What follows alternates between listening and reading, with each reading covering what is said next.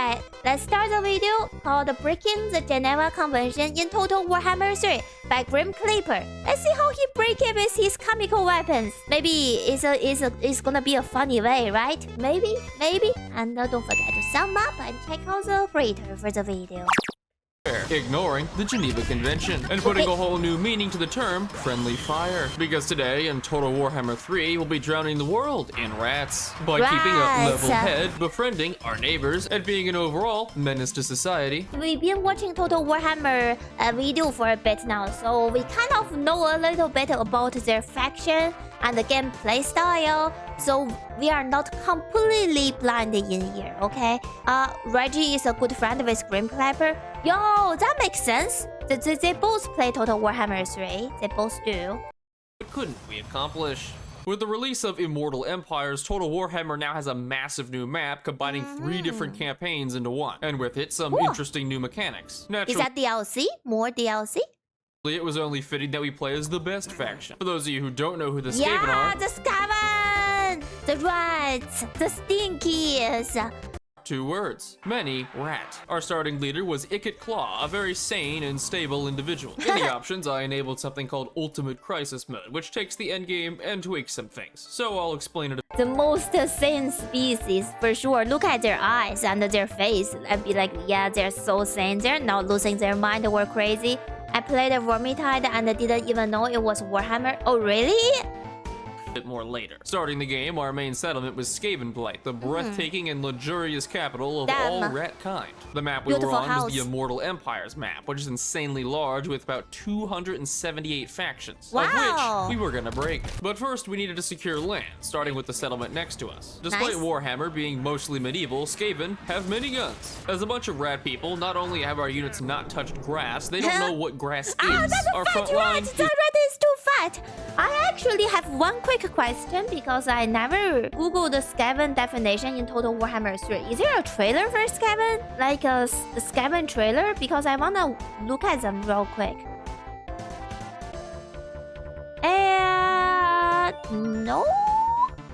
No? Skaven in Andrew Warhammer 2? No, I don't see a trailer. Oh man. I guess there's no. Is weak. Our heroes walking toothpicks, and our morale isn't real. But we do have one major strength. Above all else, Skaven are cheap. So cheap, in fact, that the lives of my infantry are worth slightly less than my bullets. I like how we've already won the battle, and I am still friendly firing my own units. With the fight ended, we'd gained our second settlement. On the campaign. I see this is another quantity over quality team. Yeah, remind me of our boys, the orc. Because all I know about them is they're rat, they're stinky, and they use chemical weapon. That's it. Campaign map, we could construct and upgrade buildings to train higher level Skaven. Troops that were basically still bad. Ikit Claw also leveled up, so we started to train his campaign skills. Ikit also has a special mechanic called the Forbidden Workshop, which lets us upgrade our various weapon teams and build Doom Rockets. As the name suggests, they're tools for world peace. Our first upgrade was for our Rattling guns. But it's called the World Doom Rocket. Doom Rocket.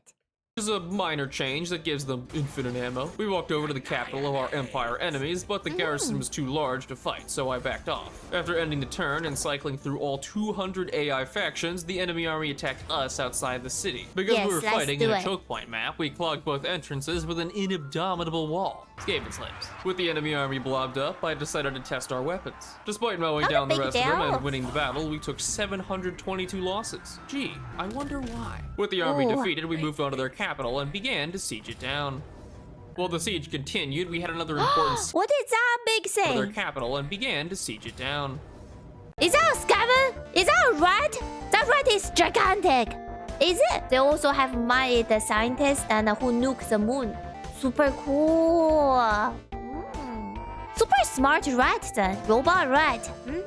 While the siege continued, we had another important scheme being set up. I'd moved a Warlock Engineer all the ways up to the Wood Elves cities to use a special ability, expanding the Under Empire. This essentially establishes a city under a city. We can build various things in our Under cities too, but most importantly, steal money, and build subterranean dirty bombs. Yeah, no, that too. But first, we need to keep expanding above ground, so we took that capital city, eliminating our only enemy.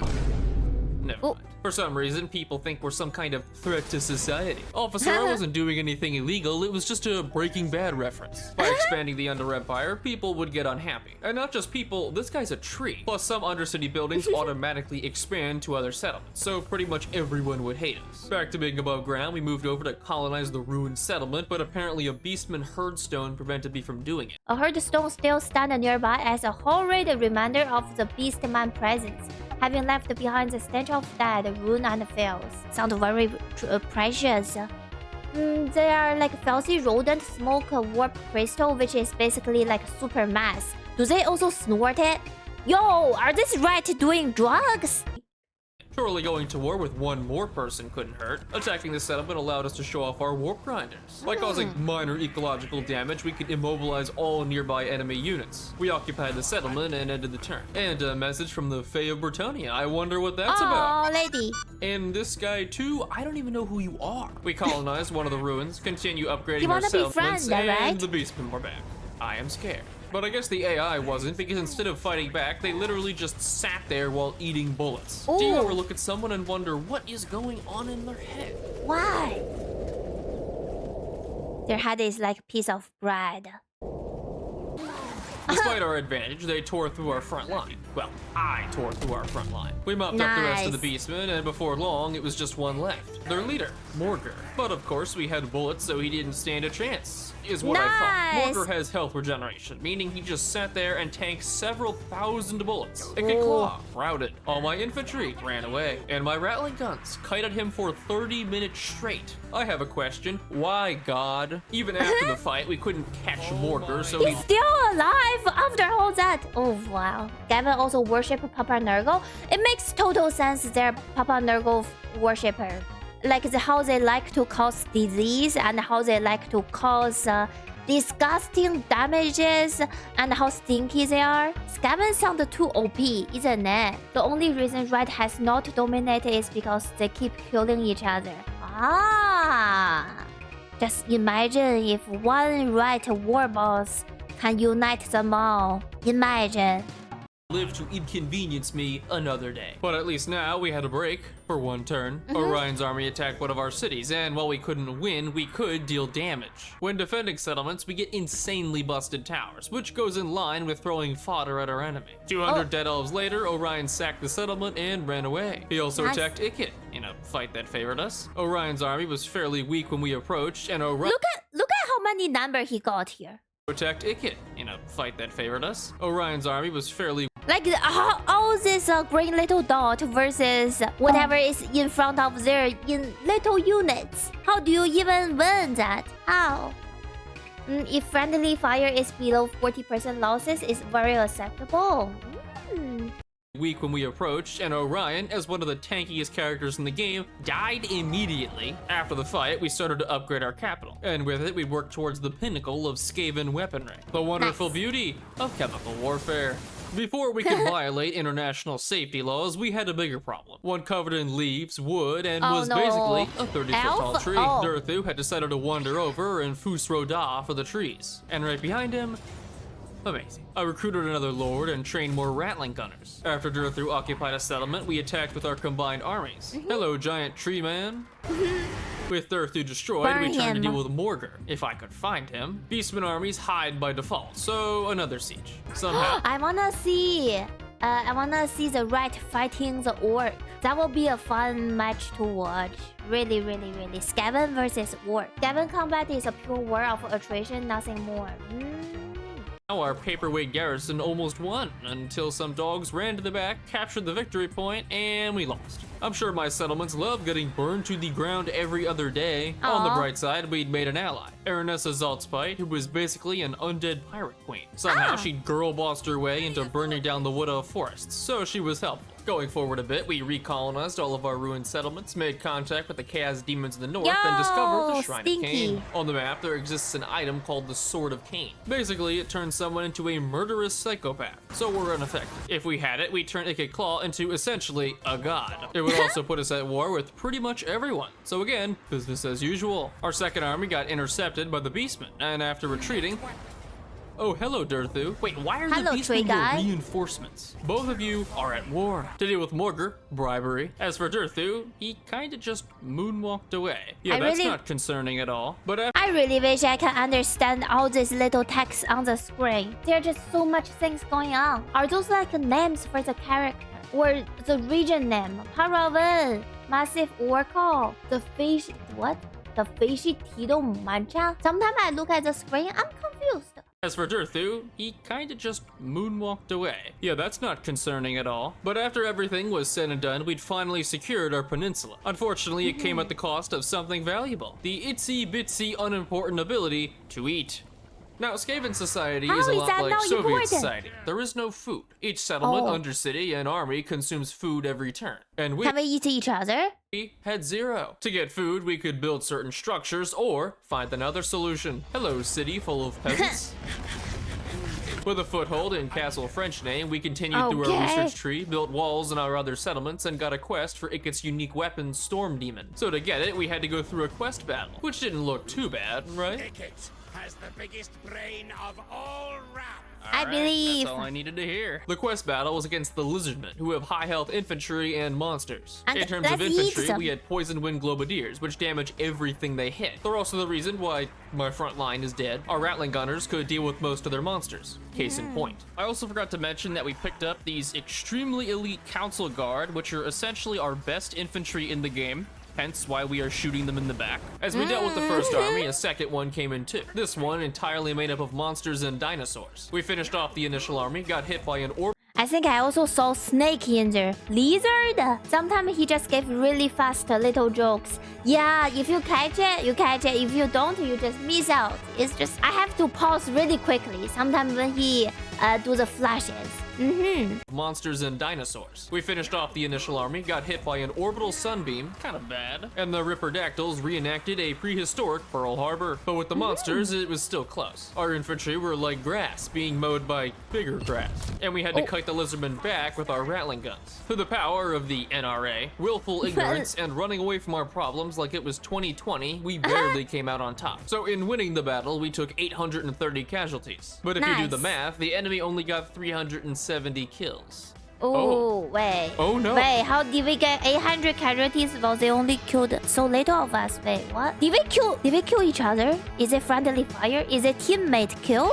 With the battle won, we got access to Ikit's Storm Demon weapon. The global obedience bonus was nice because towards the end of the game, things get hectic. By enabling Ultimate Crisis Mode, we'd be fighting against ridiculous odds later in the game. Right after the battle, 2 Bretonnian armies showed up and started sieging our castle. Luckily, we leveled Ikit up to have Lightning Strike, which means he can lock reinforcements out of battles when attacking, so we could 1v1 any army. The masses of unwashed peasants were led by the Fey Enchantress, riding a meth addict Bojack horseman. Meanwhile, Ikit casually rode a giant electric hamster wheel. I was initially worried about their Grail Guardians, who are one of the most elite cavalry in the game. Or should I say, were the most elite. But isn't using poison gas against peasants kinda overkill? Well, according to my magic 8-ball, Why not? try again later. By winning the battle, we got a unique trait for Ikit. We also unlocked the Avalanche Mortars, which are kinda nuts. A legendary Wood Elf hero also showed up. A practical demigod, Ariel was one of the most powerful creatures in existence. And now, with the help of one sneaky rat, dead. We attacked the remnants.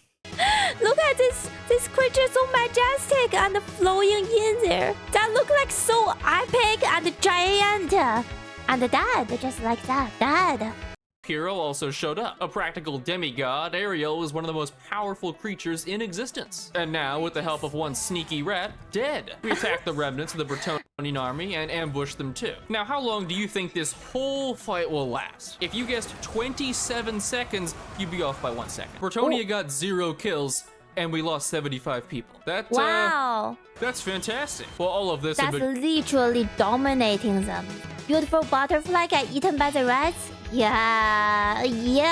Is that conventional ugly bastard plot? Is elf adjacent? Kill and eat just to be safe. True! Eat the elf. Eat their friends as well. Eat the butterfly.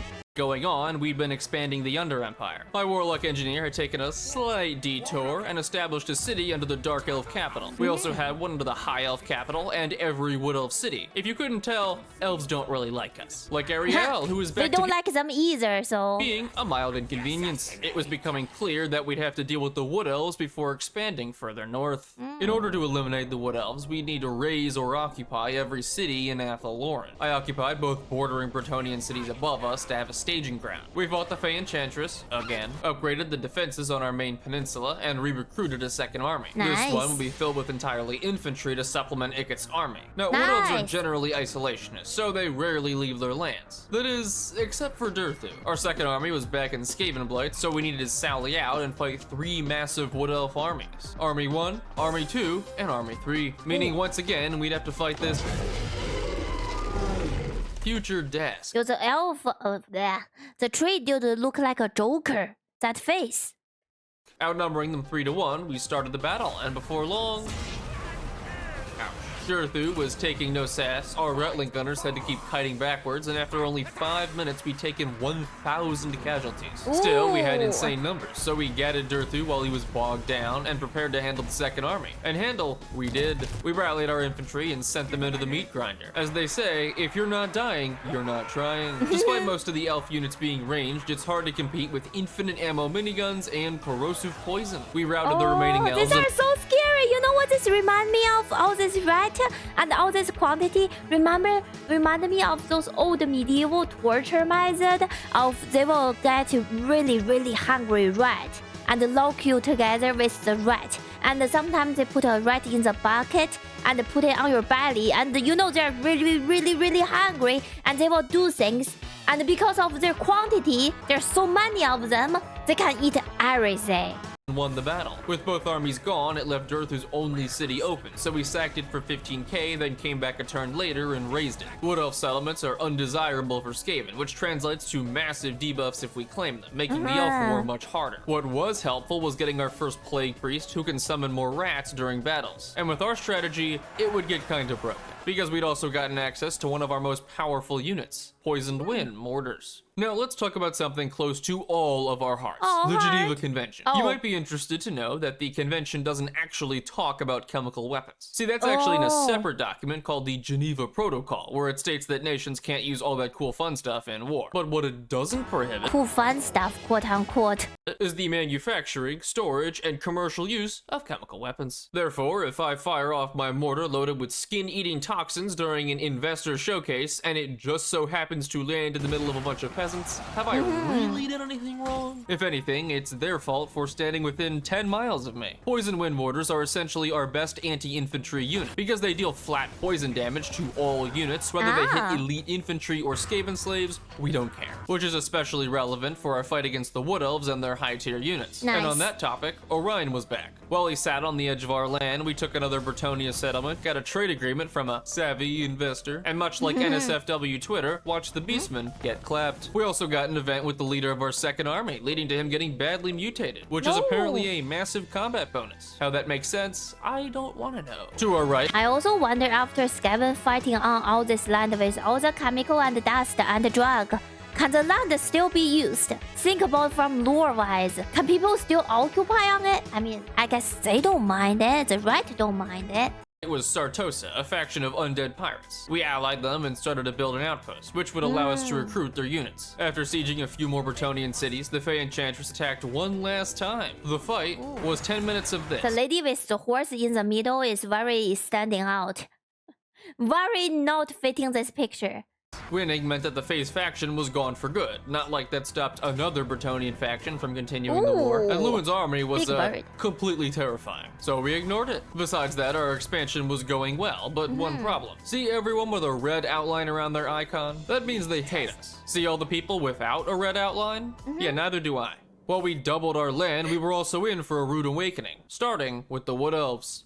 At this point, we were at war with just about everyone. Sartosa was useless, and Grom the Paunch kept trying to make military alliances with me. Full disclaimer, he has one city. The Dark Elves didn't hate us too much, but every High Elf had declared war on us. So Yes, elf with war, war with elf. Yes, I like this plot. I like how we are killing the elf. I like that. I love that. Party number 1, erase the Wood Elves. Orion, dead. Rebellion, dead. Ariel Nice. just chilling in some dead. We also intercepted an army and fought them in the woods. Seeing as they were outnumbered 5-1, we almost lost. I fortified our Wood Elf under empire, giving all units in the area vanguard deployment. So in sieging their city, we could deploy all our units right on top of them. 5 seconds into starting the battle, and turns out mortars are pretty decent. We advanced into the Nice. city, had our reinforcements come in, and caught the AI bugging out on a barricade. You know, when you say They line can up put up against a the wall. wall, you don't actually expect them to do it. Running away didn't help either. Probably hurt, actually. And with the battle won, we'd successfully taken Orion's capital. While we were doing that, we built up our Plague Priest capacity, which would give Ikit's army more clan rat summons. Sartosa also wanted us to join a war against the Tomb Kings. And as their stalwart military ally, no. Back to Athel Loren, right in the center is the Oak of Ages. It's kind of like that Burn their tree. Elf never changes. Exactly. Elf are not people, so it's not considered a murder. They are not protected by the Geneva checklist. Actually, I mean, we are in a fantasy world, isn't it? Everything is fantasy based. Elf can be considered to be humanoid, but you know why I don't like elf? They just call me jealous of them, you know? Too lucky to burn with all the righteous, high moral ground, and eternal beauty and intelligence. Just why are you like this and why are you so cocky, right? That's my whole concept of why I don't like elf. Screw elves! Pretentious hags! Exactly! Work the best. tree, an avatar with the blue hippies. Long story short, we cut it down. Another Wood Elf city later, and we'd taken half of Athel Loren. Unfortunately, it opened us up to more attackers, like... I am supreme! Okay. Not Okay. even one turn later, an Empire army. Luckily, they walked straight into an ambush, and 68 seconds of fighting later, gone. Of course, right after, another ambush, with similar results. If you couldn't tell by this point, we're gonna be doing a lot of ambushes. Skaven got by this. default can ambush any army they attack, and by leveling a certain skill, we ambush almost 100% of the time. At last, we sieged the final Wood Elf city, but now with some extra help. Our Plague Priest had gotten a Plague Furnace, which on top of just being big, scary, and morally questionable, actively damages all enemies around it. But even now, our Death Ball wasn't in its final form. That being said, the siege wasn't particularly crazy. It was really just a lot of... With Waterfall Palace occupied, A we lot of things are happening. Does that ball get even larger? The AoE ball thing, the green ball. now controlled all of Athel Loren. Moving ahead a little, we eliminated another Bretonnian faction, laughed in Nice. Grom's face again, and finally established relations with Arkan the Black. Considering my only friends are either undead pirates or undead Egyptians, my social credit score was not looking good. Speaking of social credit, I went ahead and checked who the most powerful faction by strength rank was. Turns out it was Taiwan, China. Oh, I really? said China. Now, Wait, while our- oh, that's Northern Province? Is that the dragon lady he just saw? Work are the best. The tokens, elf are nice, but everything is like so spoiled for them. I have to check them out to give my judgments on them.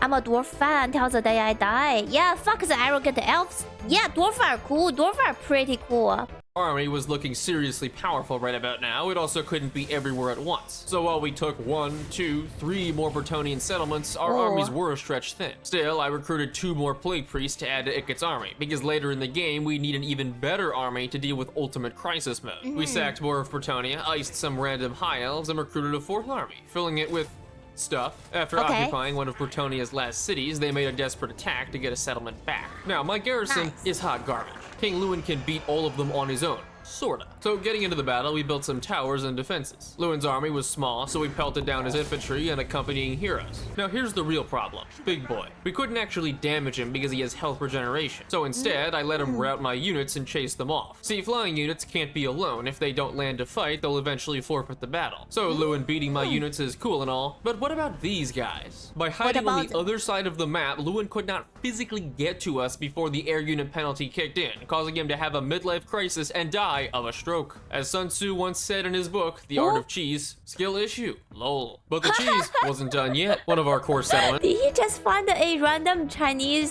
statue? I know one dude, chat. I know one dude. His name is Sun Tzu, and he has like a book on art of war. If anyone like to learn about strategies and apply them in life, it can be a life-changing book. was being sieged by High Elves. Good thing we had that 4th army. Oh my god. Calling that an army was an insult to the military-industrial complex. It was bad. And now fighting a legendary lord, Eltharion the Grim. The plan was simple. How simple? By running some spiky hamster wheels into the middle of their army, I banked on one thing, which Damn, they with explode! 60% of their army dead in 1 second, we hit Eltharion with the old Expelliarmus and won the battle. Overall, everything Easy. was looking good. Ikit's army was getting better and better. Our 4th army was adding doom wheels, and we conquered Bretonnian. But as much as things were going our way, we had one final threat to worry about, because rapidly approaching was the Endgame crisis. In Immortal Empires, there are 5 different endgame crises to choose from. A Tomb King's Crusade, Dwarf Invasion, Orc Wa, Wood Elf War, and Vampire Apocalypse. And Yeah, we it's a great WoW. We know so much about that one. picked all 5 with 200% difficulty. And at this point, we only had 10 turns to prepare. We had alliances with the Vampire Counts, Demons of Chaos, and weren't totally hated by Malekith, so good Okay. enough. In line with stalling, I reinforced our garrisons and finished this horror of an army, which was on a wild goose chase against a random High Elf army. But they weren't alone, because our entire northern land was being invaded. With the endgame crisis now only 5 turns away, I decided to just demolish the buildings for money and leave the settlements. The goal was to try and defend our core provinces so we weren't stretched too thin. A little bit of preparation later, we were on our final remaining turn. Now before I show you what the ultimate crisis looks like, here's everyone we were at war with before I ended the turn. Ooh. Here it is now. Vampire Ooh, Counts amazing. invasion, check. Orc Wa, yep. Dwarves and elves, just a few. Oh, and Tomb Kings. How could I Wow. forget? In a matter of 1 turn, about 200 armies appeared out of thin air all around the world. And to make matters Wow. worse, goodbye, Athel Loren. I'll see you in therapy. Oh, and remember Grom? This is him now. Something I didn't realize would happen was that the crisis automatically broke every treaty we had with Grom and Vlad. And the game acted as if we had broken them, so my reliability became 0. Now, while most places were essentially immediately overrun, our core provinces This red team is getting too crazy. It's getting too insane and overpowerful.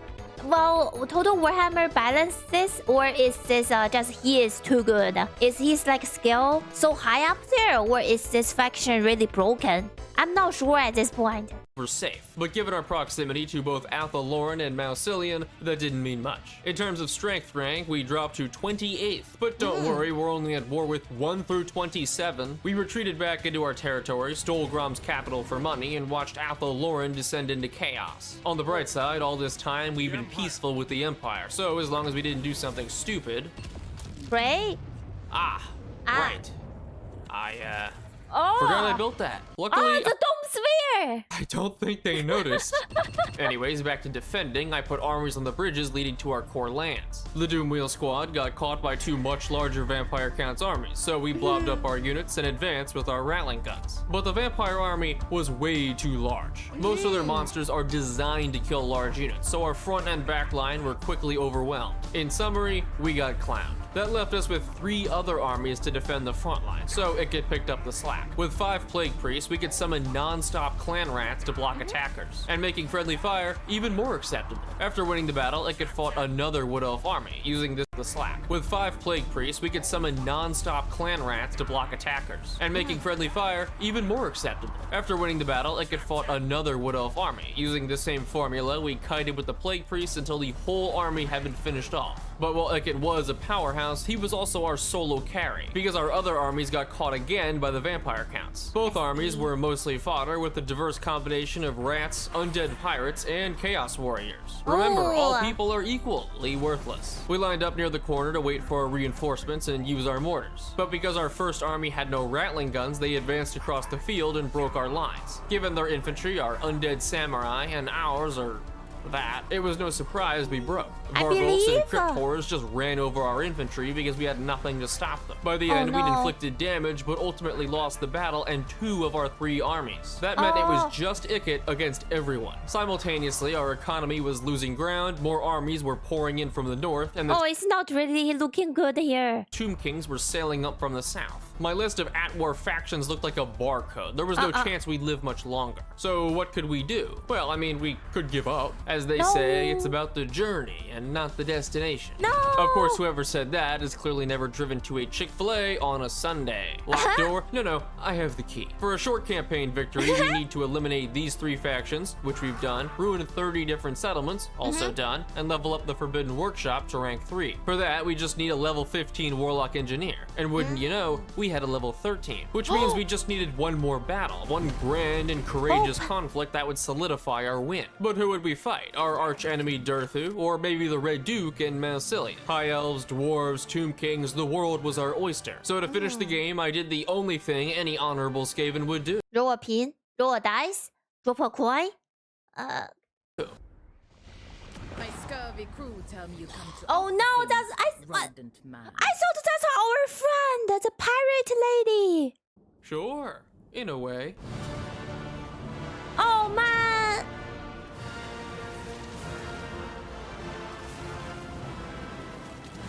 GG.